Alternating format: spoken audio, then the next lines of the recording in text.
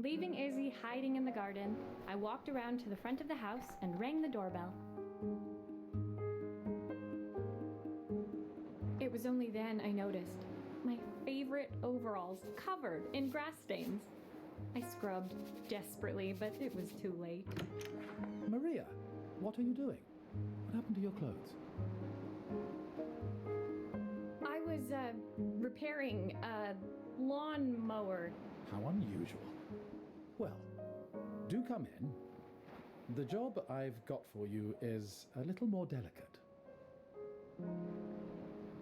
Totally embarrassed, I walked into an orderly room filled with papers and ledgers. So this was his office. You must be so busy getting ready for the festival. Are you looking forward to it? Of course. It's traditional for the mayor to judge food from every cafe and restaurant in town. I'll be declaring the best chef in Bella Riva by this time tomorrow. Speaking of which... He unclipped the watch from his wrist and very carefully handed it to me. I'll have a tight schedule to follow, but my watch stopped working a while ago. Could you see if you can make it tick again?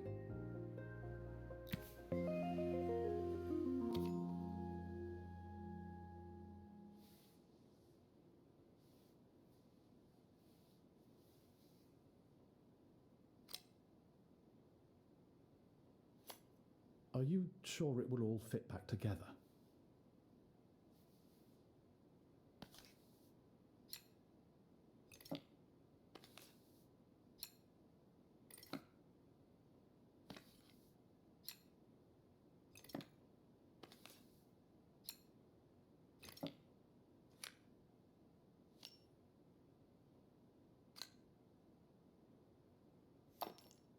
The main plate has completely cracked. I'll need to replace it. The cogs look good though. If I'm careful, I can reuse those.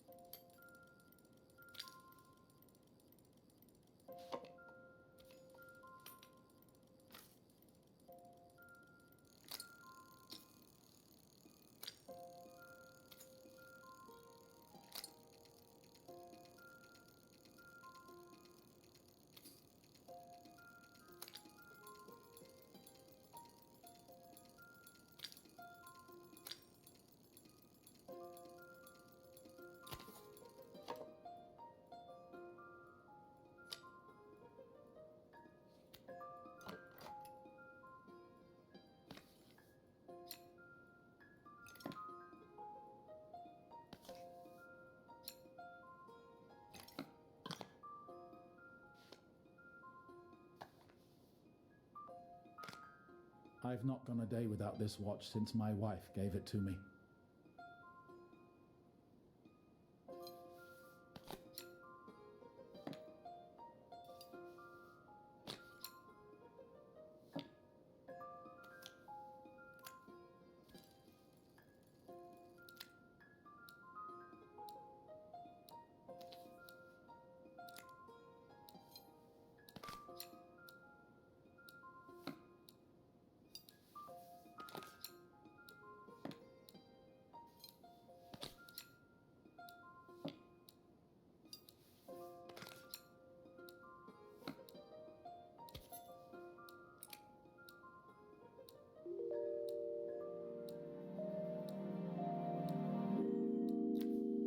As I handed the watch back to Joseph, my fingers traced over the engraving on the back. I hoped fixing this was one small way I could help him move forward. I can't believe it's working, Maria. Thank you. My wife was a brilliant woman. Feeling this ticking on my wrist, it makes me feel like she's still here. Watches measure minutes and hours like they're infinite. I didn't know we had so little time. Even with Isabel, I barely see her. And when I do, she acts like she hates me. Just then, the phone rang. Even when he was at home, his work was never done. Sorry, Maria. I have to take this. I'll see you at the festival tomorrow. As I left, I turned and saw him pacing the floor of his office, his watch glinting in the afternoon sun. I hoped its quiet ticking would at least bring him some peace during the busy days to come.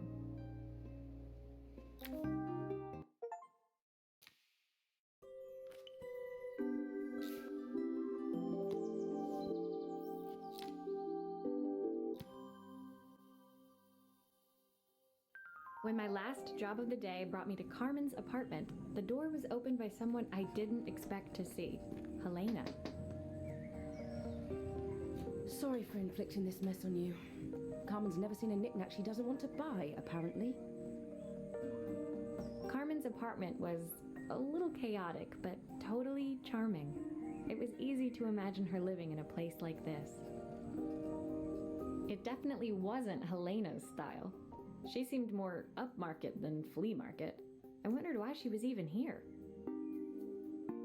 We're having a clear out, or at least I am. Carmen's not helping, as usual. There's a market at the festival tomorrow. I'm selling some of these things to make her some money. She says she has nothing when there's all this stuff right under her nose. Helena stepped delicately past the items on the floor and reached down to pick up one from the pile. Look at this slide projector. Our parents treasured it, but Carmen treats it like a piece of junk. Can you take a look?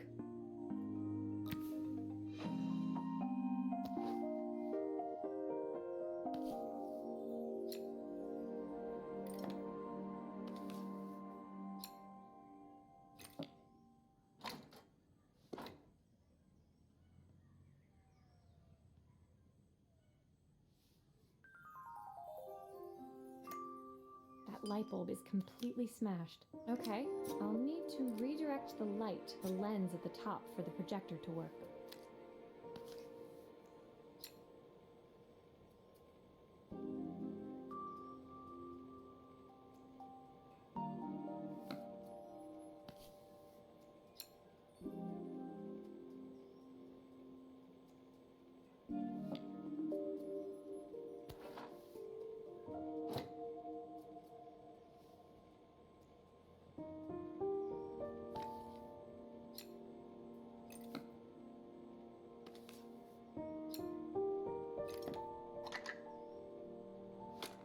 Oh, typical. Carmen's even managed to get a slide stuck in here.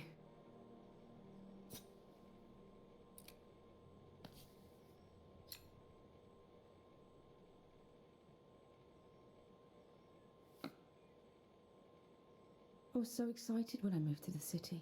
Carmen, she looks so sad.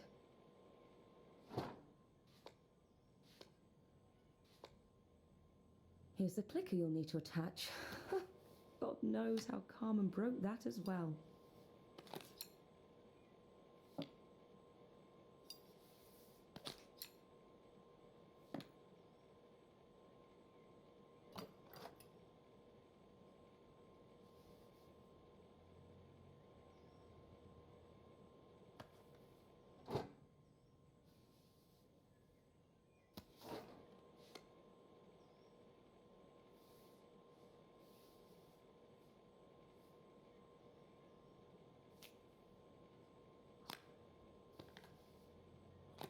Looks like something is still missing.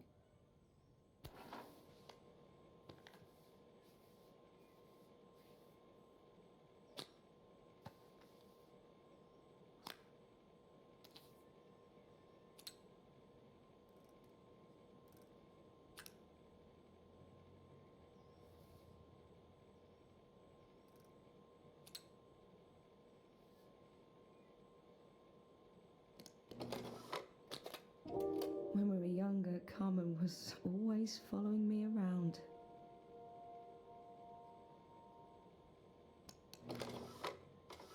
Looks like something is still missing. I suppose she looked up to me. A cool older sister.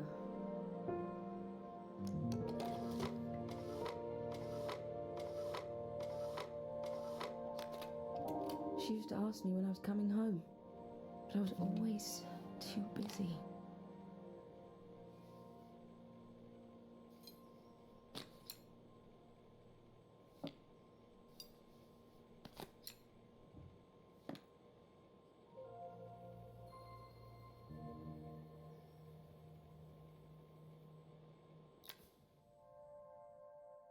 Helena was transfixed, staring at the two young sisters the projector had brought glaringly into focus.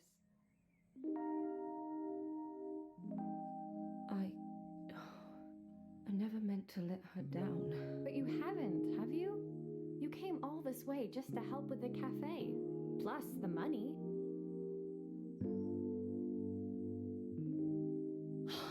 That's the problem. There is no money. I lost my job a few months ago. My savings are almost gone. I have nothing.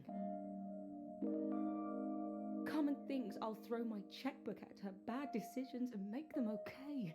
But I can't. Not this time. You know, the funny thing is, I came here wanting to tell her the truth.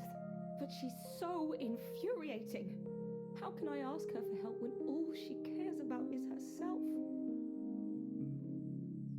Helena fell silent, shrinking under the gaze of her younger self, projected onto the wall. We drifted so far apart when I moved away. It felt like the only thing keeping us together was my bank balance. I know I have to tell her the truth. It isn't fair. But I already lost everything else. What if I lose her too?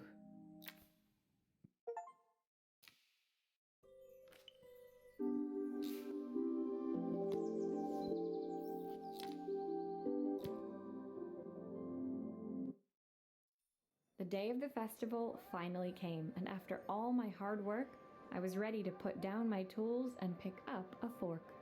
The smell as I entered the main square was incredible. Each stall was selling food even more delicious than the last. The competition would start any minute. Most stall holders were waiting anxiously for the mayor to pay them a visit. All of them, that was, except Carmen, who was still frantically chopping vegetables and stirring pots. Maria! Thank God you're here.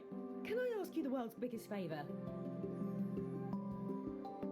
Helena was supposed to help me run the stall today, but she never turned up. Probably too ashamed to show her face. I can't believe she lied to me. Carmen was stirring so furiously she was in danger of tipping the pot over altogether. The mayor will be here any minute for the judging, but I'm almost out of my special. She wasn't really going to ask me, was she? Not on my day off. I have a stove ready to build and everything. Can you set it up and make me a spare batch?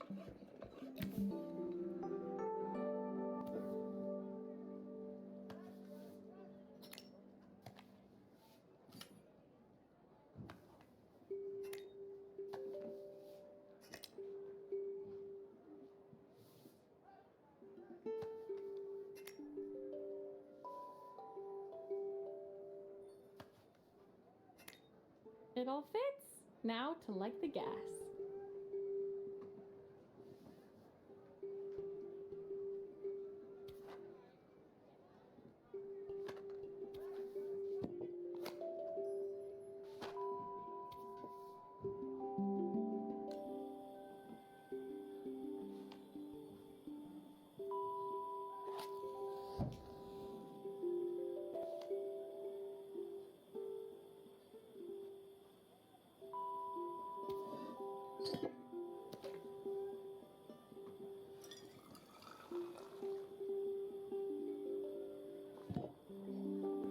that pot is really boiling now. Smells great if I say so myself. Here are the ingredients that Carmen's given me. What to add first?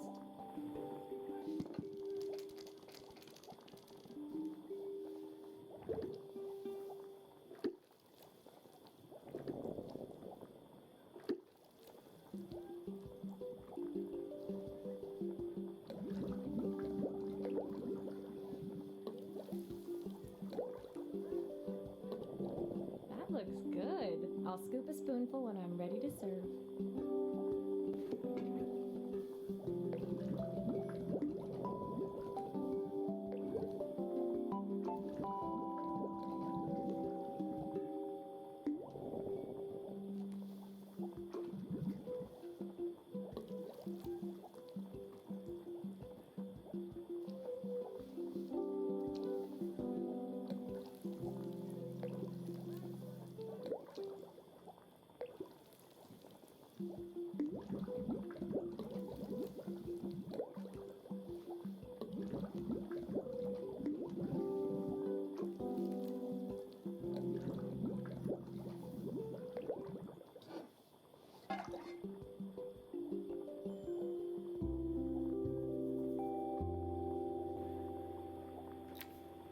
My part done, Carmen took over and added the finishing touches. It was just in time. A moment later, Joseph arrived with Izzy in tow. Carmen anxiously handed them both a serving. That was so tasty. Can I have some more, please? Well, you've certainly earned yourself a loyal customer in my daughter. We have a few more meals to taste, but so far you are one of the best. Good luck. Joseph and Izzy looked so happy together. Maybe the festival was doing them some good after all. Carmen, on the other hand, seemed annoyed. But why, when it had all gone so well? I wish Helena was here to see this. She's so convinced I'll never succeed at anything. She wants what's best for you. She's just not very tactful about it. Yes, I know. Even when I was a kid, she pushed me when no one else did. I just wish she hadn't lied to me. But then, I've asked so much of her over the years. I never stopped to think how much she actually had to give.